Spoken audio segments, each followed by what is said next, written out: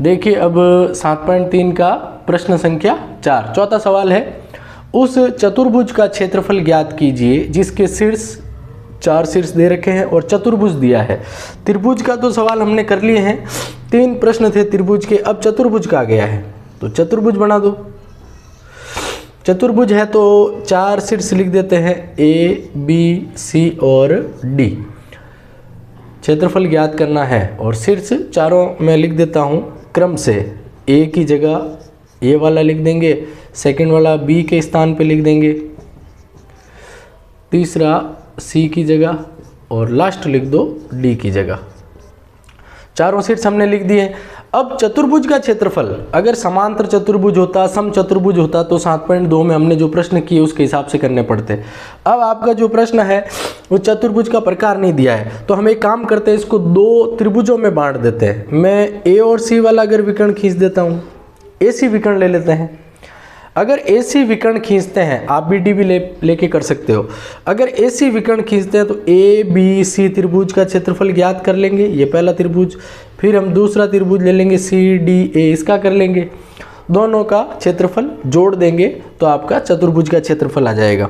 तो मैं लिख रहा हूँ त्रिभुज ए बी सी का क्षेत्रफल, ए बी सी का क्षेत्रफल। Formula 1/2 x1 y2 minus y3 plus x2 y3 minus y1 plus x3 y1 minus y2।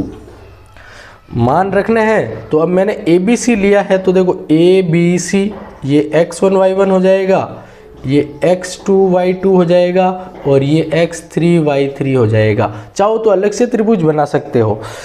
अब 1/2 का 1/2, x1 का मान देखिए -4, पहले मैं इसके लिख देता हूँ x वाले केवल। x2 का मान है -3, तो इस प्लस को हटा के -3 भी लिख सकते हो।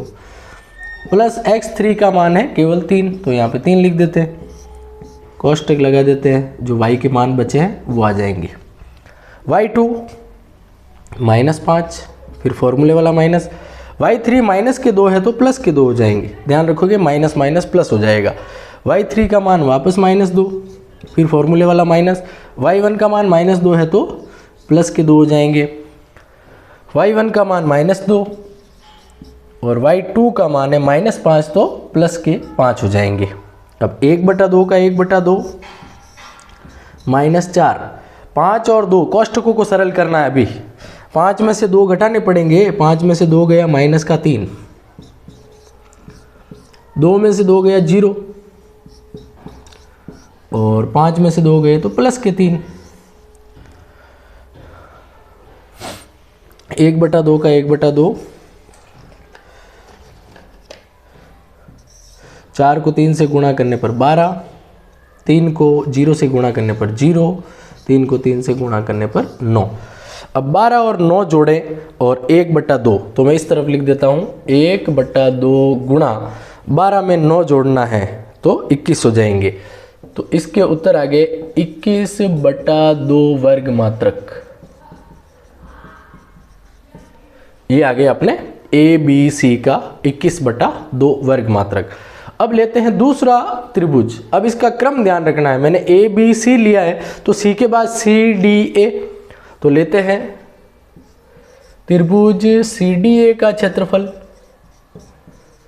त्रिभुज सी डी ए का क्षेत्रफल 1/2, सूत्र यही वाला पूरा, तो इसमें C D A x1 y1 x2 y2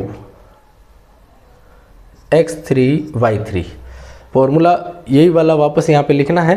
तो x1 x2 x3 के मान में लिख देता हूँ। x1 का मान है 3, कोष्टक लगा के छोड़ देते हैं। x2 का मान है 2, कोष्टक लगा के वापस मान रखेंगे बाद में। और x3 का मान -4 है तो यहाँ से प्लस हटा के लिख दो -4। अब y2 माइनस y3 है ना, y2 तो ये रहा y2 3, माइनस y3 का मान है -2 तो अपने हो जाएंगे +2। फिर है y3 माइनस y1, y3 का मान है -2 माइनस y1 का मान रहेगा माइनस के 2 तो प्लस के 2, और लास्ट है y1 माइनस y2, तो y1 अब की बार अपना यहाँ से था -2 प्लस -3, माइनस के 2 और माइनस का 3, क्योंकि y1 y2 का मान 3 है प्लस का, तो माइनस हो जाएगा। 1/2 का 1/2, 3 का 3, 3 और 2 हो जाएंगे 5, 2 में से 2 गया 0, 3 और 2 5,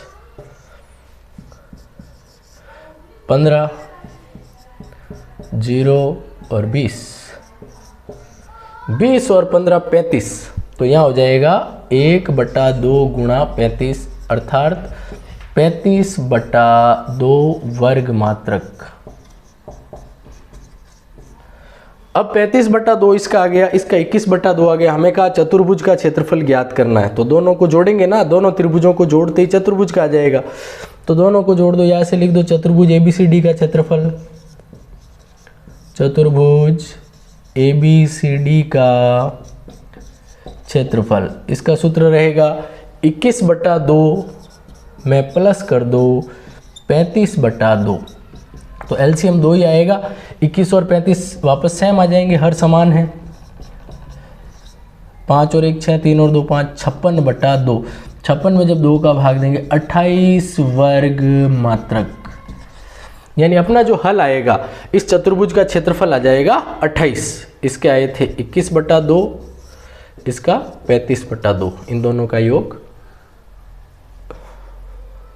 28 वर्ग मात्रक।